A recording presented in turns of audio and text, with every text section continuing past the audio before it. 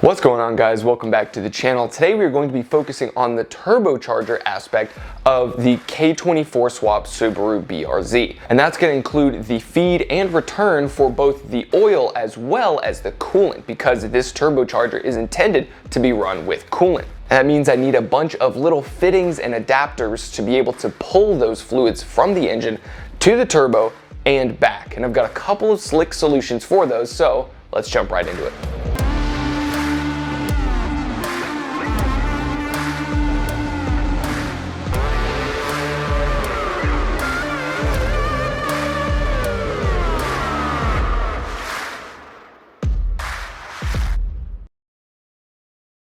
Alright, now let's start out by taking a look at all of the different parts that we're going to need. Every single one of these pieces or the combination kits that all of this stuff comes with are going to be linked down in the description. So if you guys want to take a look at any of these parts, make sure to check those out. Now, all of the AN fittings as well as all of the AN lines that I have, I got from Evil Energy off of Amazon. This is not a sponsored video. They did not provide any of this stuff. I just think that they make a pretty stellar product. Now, these four here at the top are going to be the four that actually mount to the turbo itself. So we have a 90-degree -4 AN fitting here. All of these fittings are going to be PFE, not PTFE. If I was going to be, making AN lines for maybe ethanol, fuel supply, things like that, I would go with PTFE, but since this is just oil and standard coolant, we're going with all PFE fittings. Now, if I unthread this and pull this apart, you'll get to see a little bit about how these pieces go together. This will go on the end of your hose, whether it's a -4, -6, whatever it is. And then as you screw these two pieces together, it will actually, the tapered end here of the fitting will go inside of the hose and it will squeeze the outside of the hose outwards. And so as you tighten these all the way down, you will end up creating a pressure lock between the outside of the fitting and the hose. So these are really, really stellar fittings here. So moving on from there, we have the oil return, which is going to be a 135-degree -10 AN fitting. And the reason that there's such a big difference between these two is because of the fact that in order to get the fuel pressure needed to supply to the turbo, I need to run a smaller line, and that's why I'm running the -4. And then whenever you're trying to drain that oil, you want to be able to drain it pretty much as fast as possible. So that's why I have such a large diameter of hose fitting for the return. So I'm feeding it at a higher pressure with a smaller diameter line, then I'm draining it with a low pressure, very large diameter fitting. And these two are going to be our coolant supplies. These are both 90-degree -6 AN fittings, so slightly larger than the -4 if we compare and kind of see these. Yeah, so this is the -4 on top, -6 on bottom. So those are pretty straightforward. Now let's talk about some of these other kind of more interesting pieces here. In order to get the coolant off of the block, Track Tough makes a couple of really cool fittings here. So on the standard K24, there is a location on the block for a coolant feed. Some of the K24s actually came with a stock oil cooler built into, or built really on the side of the engine block, basically sandwiched between the oil filter and the block itself. Because this engine did not come with an oil filter, it actually came with a plug, which I will show you guys how to remove in a little bit here. Track Tough makes this really slick little piece where this will screw into the side of the block, and this is a -6 AN fitting. So then you just take your -6 and you just screw that in there, and you're pretty much ready to supply coolant from the block to the turbo. And this is a 135-6 AN fitting. Now, to round off the other side of the coolant, we have another piece from Track Tough here. This is effectively a coolant return to the water pump, and I'll show you guys this in a second as well. Now, this will mount onto the front of your water pump and allow you to run the water from the turbo back to this fitting, back to the water pump, and start to recirculate again.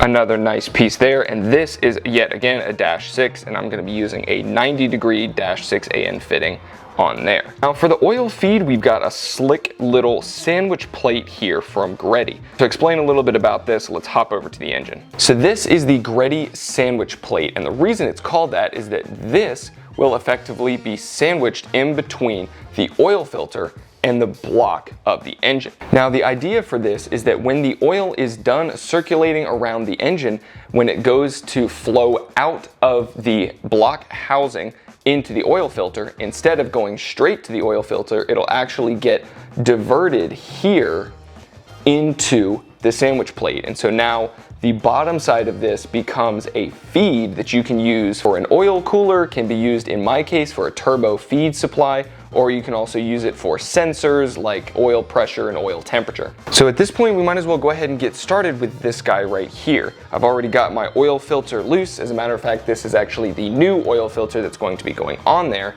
So we're just gonna take this guy off, and then we're gonna go ahead and take our sandwich plate and the threaded adapter that we've got here, which is a female thread on this side and a male thread. So since this is the male thread here, I'm gonna set this guy in the location and go ahead and get this threaded into place.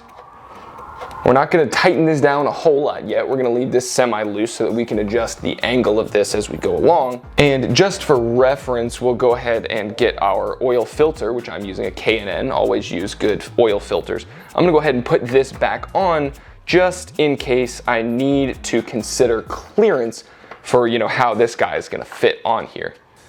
So we'll just leave that. Everything's still very loose there. We can adjust all our angles. Nice.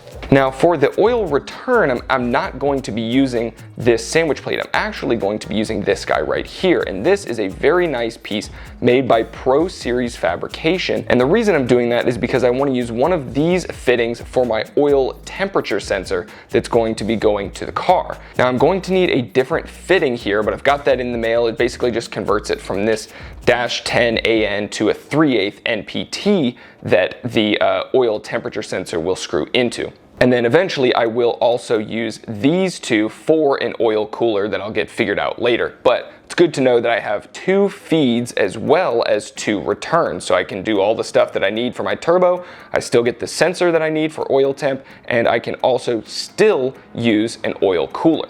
Now let's jump over to the coolant side of things, and we're gonna start with this little fitting right here from Track Tough. This little guy is the M18 to AN adapter, and I have it as a -6 AN. You have a choice of, I believe, -4, -6, and maybe -8 as well in terms of your AN choices when ordering this guy.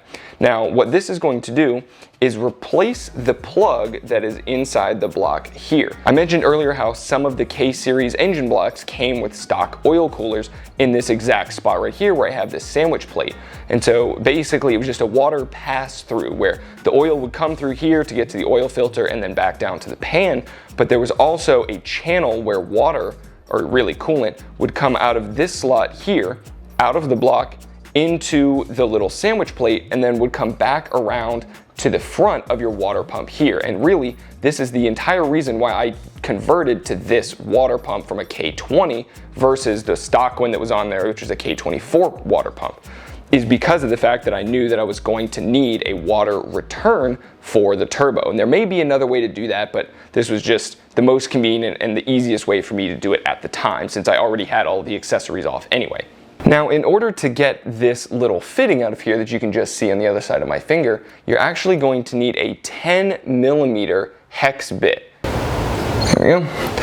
And here you go right here. This is that little fitting that's basically just a plug that is pretty much just blocking that whole port altogether. So in order to get this new fitting installed, you can see it's got very similar threads here.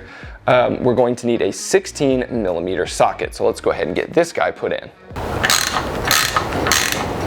And here you can see we have the fitting installed. This is going to have a -6 AN 90-degree fitting that's going to come up this direction to be able to get to the top of our turbocharger. Now, that's our coolant feed. Let's talk about how we're gonna make this coolant return work. So here we have this very nice piece, again from Track Tough, so shout out to them for making a bunch of really high quality parts for K-Series engines. This is a pretty simple adapter. It's got an O-ring that's gonna slide right into that slot there, and it even comes with a fresh button head bolt that's a 4mm hex that will hold this onto the front of the water pump. So let's go ahead and get this guy put on here. All right, there we go, nice and installed, very easy, just one bolt in there, no problems at all. All right, now we're looking pretty good. We've pretty much got our oil feed, oil return, coolant feed, and coolant return lined up. Let's jump up here to the turbo and let's talk about how all of the fittings are gonna go into that. And then once we have a decent understanding there, we can actually start talking about getting the lines attached to all of the fittings and figuring out how long they need to be and how they need to route and all of that. So let's talk about turbo fittings. This here in the center is the turbo cartridge. So basically it's the housing between the hot side and the cold side turbines. You have obviously your cold side turbine there, hot side turbine there. So for our water feed and return, we have two pretty much identical -6 AN fittings. So if you're running a Pulsar turbo, you can get these off of the Pulsar website. I believe that when you order a turbo from Pulsar, they actually supply you with this -10 AN drain fitting. And if not, I'm pretty sure you can also buy it as an accessory on their website. This guy here, this little fitting right here, this is the fitting that I'm going to be using for the oil turbo feed, and there was really no information about this on Pulsar's website. They had -4 AN feed to oil restrictor, but they didn't include this fitting, and they also had no idea how tall it had to be, what thread pitch it needed to be. And so I reached back out to them, and I'll put the image up here on screen right now, and they basically just said, please refer to drawing. And so I believe that this is -4 AN, which is what I need for my feed. And then this is the restrictor, or the fitting, that actually mounts. You can kind of see there that it has a bit of like a slanted inlay. And so basically it fits onto the slope of the oil restrictor inside the turbo. It'd be hard for me to show you guys, but take my word for it. So this is a 7/16 by 24 thread. I believe it's a 24. It's either a 20 or a 24. The diagram will have it. But this guy was kind of difficult to track down, and this tiny little adapter was pretty expensive. I mean, it was like 20 bucks just for this little dude right here. So that is gonna wrap up talking about all the different fittings and adapters that we're gonna be using. Now let's talk a little bit about our AN line and how we're gonna assemble these. All right, now if you don't know, this is pretty much what AN line looks like. It is a nylon braided hose that is reinforced with steel braid on the inside. This is what the hose looks like. It's got this braided texture on the outside. It is actually a standard kind of a rubber hose on the interior, but you can see all of those little metal threads in there that add the additional strength as well as heat resistance. So underneath this nylon, there's a full layer of steel braiding as well. And the reason that's beneficial is that it adds additional heat resistance as well as it prevents the line from bulging out under pressure. So in order to custom make your AN lines, you're gonna need a couple of tools. One of the things you might want is an AN specific wrench. Now this has all of these different sizes for either the socket size or the nut size. Now these are made out of aluminum, which is the exact same material as your AN fittings themselves, which means that when you use these to start to try to tighten these down to get the lines and the fittings connected, you won't really have to worry too much about damaging your nice brand new fittings. Whereas if you took like a standard steel adjustable wrench or similar and you went to crank down on it, because of the fact that steel is significantly harder than aluminum, you'd run the risk of damaging the nice pretty AN fittings that you just bought. In addition to that, you're also going to get some line cutters. I got mine from Vibrant off of Amazon for about 60 bucks. There were some cheaper ones, and I don't really think there's much of a difference between the expensive ones and the cheap ones, so really I think you're probably good to get whichever one you want, but this is just the ones I got. So now in order to get these fittings put in place, you've got one end which will attach to whatever your fitting is, your connection, and then you have the end that is actually what's technically called your hose end, which makes sense. That is the end that your hose will be attached to. So if we unscrew the larger portion of this, you'll see these are your two halves, and we had kind of talked about this earlier. And so on this half, you'll take the hose end and stick it through there pretty much until it reaches all the way up to the top. And then as you go to fit this tapered end will go into the end of the hose. And as you screw this down and tighten it up, you will be creating effectively a pressure seal between the outside wall of this guy and the inside thread of the fitting. And so what we need to start with is a clean end. And so this end that you can see here is not really all that clean. It's not too bad, but it's got some kind of frays out there. And so whenever we want to go slide the hose end onto the top of this, we don't really want to have any pieces kind of hanging out, especially any of the metal bits. So I just wrap the end of this with some tape, and I am going to go ahead and clamp it. Well, not clamp it, but I'm going to cut it in between these guys, pretty much right in the middle of where the tape is. There you go. So now we have a nice clean cut there to start with, and now we'll basically just take the tape off and we'll slide the front of our fitting on. So now we're going to take our nice clean cut end here, and we're going to take this end of our hose fitting. We're basically just going to press these together. But the end of the AN hose on the inside is pretty much flush with the interior section of, this is so hard to explain without really being able to show you guys. Maybe when I do it on the dash 10 AN lines, which are significantly bigger than this, it'll be much, like, look at the difference here. Like, look at the difference between, this is the dash 4 for the oil, and this is the dash 10. Like, just the ends for the fitting. So I'll give you guys some details whenever we do one of these for the dash 10. And I've just decided to put some gloves on because I'm about to use some engine assembly lubricant. Basically, I'm just going to be applying a little bit of this to the threads on our hose end, basically just to try and make it a little bit smoother to get these two fittings put together, because as these two pieces go together and as you screw them in, the seal between these two pieces is going to get tighter and tighter, and it's going to get more and more difficult to really cinch these two things down together. So I'm just gonna use a little bit of this, not a whole lot, just a little bit, and we're gonna see if we can't get our first hose end fitting put together.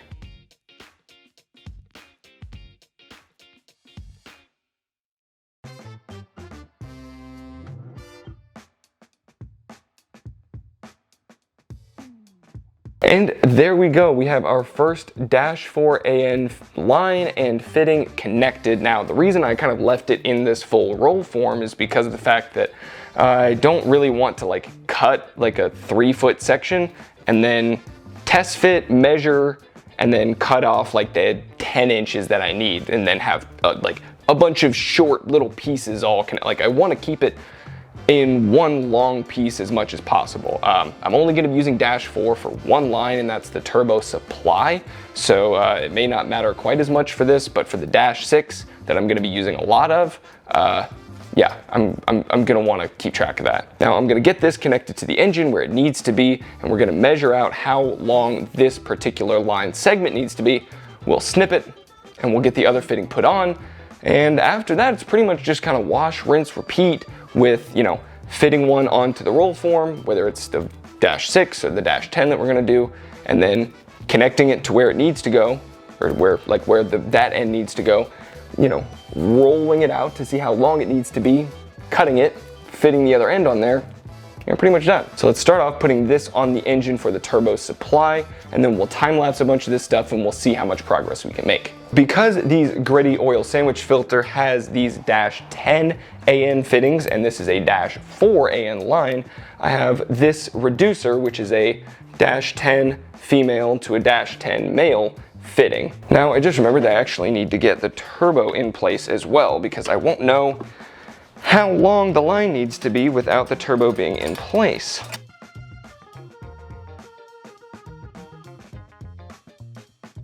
Now, the thing is, I don't want to make this perfectly tight, you know, like that is the exact length that it needs to be, no longer, no shorter. I don't want to make it, you know, millimeter perfect. And the reason for that is because of the fact that I am going to need to run this -6 AN line for the water feed. I'm going to need the -10 AN oil drain to come around here. This turbo may not be 100%, you know, perfectly clocked here, and so it may need to go back or a little bit forward or something like that. So in general, when you're making AN lines, you don't really want to make it 100% perfect length tight all the way. You want to allow a little bit of room, especially when things start to heat up. This line may start to expand just a hair, and you don't want, basically just don't want to be raising the opportunity for the line to become pinched or restricted or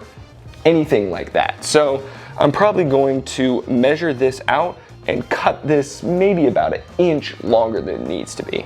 And the thing to remember is that if you make the line a little bit too long by 1 inch or 1/2 inch, it's always easier to cut it down or honestly just have some extra line than have it not be long enough when you need it to. So I'm just gonna use a spare piece of tape here to get kind of a mark, right? I'm just gonna essentially leave a mark. If you have like a white Sharpie or a white marker or something like that, that could also work to help you, like, you know, leave an indicator on where you want it to be.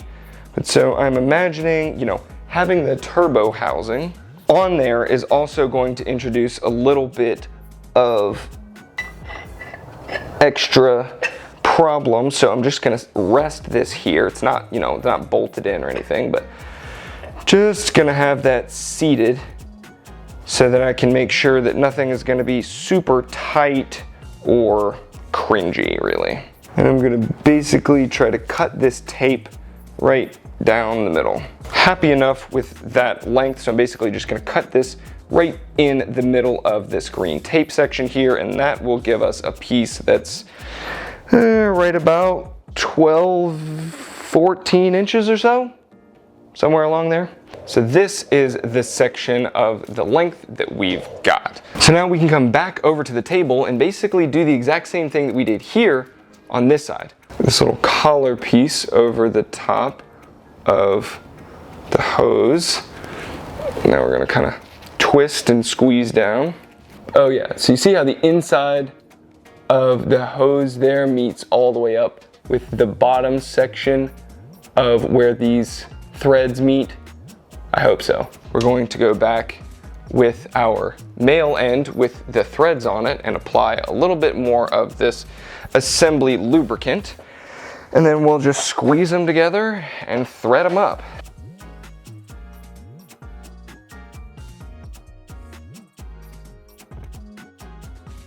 And there you go. That's, I wasn't really planning for it to end up looking quite like this, but it did. So this side should hook onto my turbo, my feed, my sandwich plate, and this side will go up to the top and hook onto the actual turbo feed itself. So let's have a look at that. One end, screw that into the sandwich plate there, and then take this guy, screw that right in here. And voila, there you go. There's your turbo feed line pretty much done. Just like, you know, obviously I'm trying to get all the lines, and this is still just a bit long. So depending on, you know, how everything kind of comes together, I may end up, you know, I'm gonna leave everything just a little bit long for now. And if I need to come through and, you know, pull these apart, cut like 1/2 inch and then screw them back together, it's really not too big of a deal. It's just kind of more about sort of trying to solve the puzzle of how all these pieces come together. So that's one line done. I'm probably gonna go ahead and do the -10 next, because everything else other than this -4 and this -10, everything else pretty much is -6. So I'm thinking we just go ahead and do the -10 now, and then we'll do all of the different -6s after that.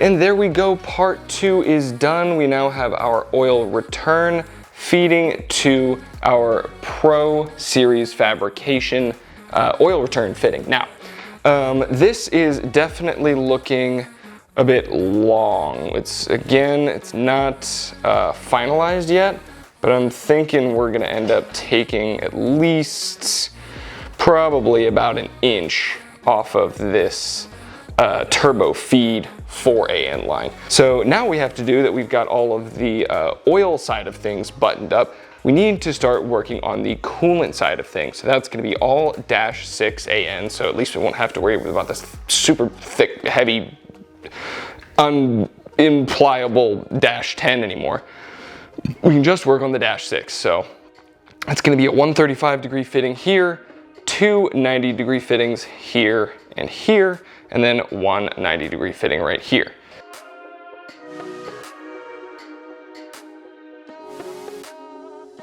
So I decided to go a slightly different route with this. I was using a 135-degree fitting here, and I was planning to splay it out to this side, go either underneath the outlet of the compressor or just run it straight up here to this 90-degree, which would be turned down. So I was gonna run it from this fitting here out, over, and up to the top this way. But I figured with how tight this line already is with this compressor housing, and I don't really want to create any more problems over here whenever I go to make the intercooler piping, I decided that I was just gonna run this up to the top, and I think that looks pretty good because it's pretty common to see either coolant or oil lines kind of coming off the top of a turbo. So I'm totally fine with that. The last fitting is going to be the coolant return, which is going to be all the way down under here, under the bottom. Now what I'm going to have that do is it's going to be a 90-degree fitting, and instead of shooting it out the front, I'm actually going to angle it backwards, and I'm going to have it drop down here, if we want to focus. So it'll come off the turbo, angle 90 degrees, and go down here in between the second and third exhaust manifold runners. And then from underneath, it'll turn down, come this way, basically slot in between this, go across the front, and then connect here to this 90-degree fitting. Pretty slick, huh? All right, well, my camera died in the process, but we have all of the lines finished. Well, except for this little -4AN that I'm probably gonna shorten up, but other than that, everything is more or less done. This last one, I'll just see if I can try and show you. So this down here, this bottom fitting, is the water or coolant return. So it's got a 90-degree, it goes back down in between those runners, comes out here, and then runs to the water pump. Now, I certainly don't mind at all how this kind of cuts in front of the timing chain cover.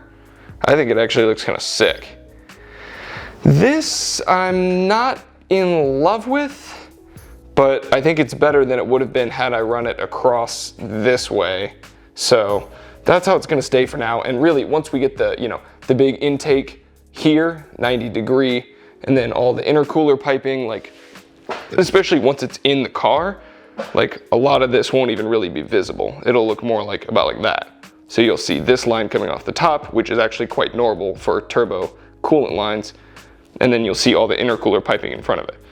So I'm pretty stoked on that. I still need to get this other little -10AN plug for the Greddy sandwich plate. But other than that, we are pretty much done. So that's gonna wrap it up for this episode, guys. I really hope you enjoyed it. If you did, make sure to leave it a big thumbs up down below. Subscribe to the channel so you can stay up to date with the build, the engine swap, and everything else we got coming on the channel. And until next time, build your dreams.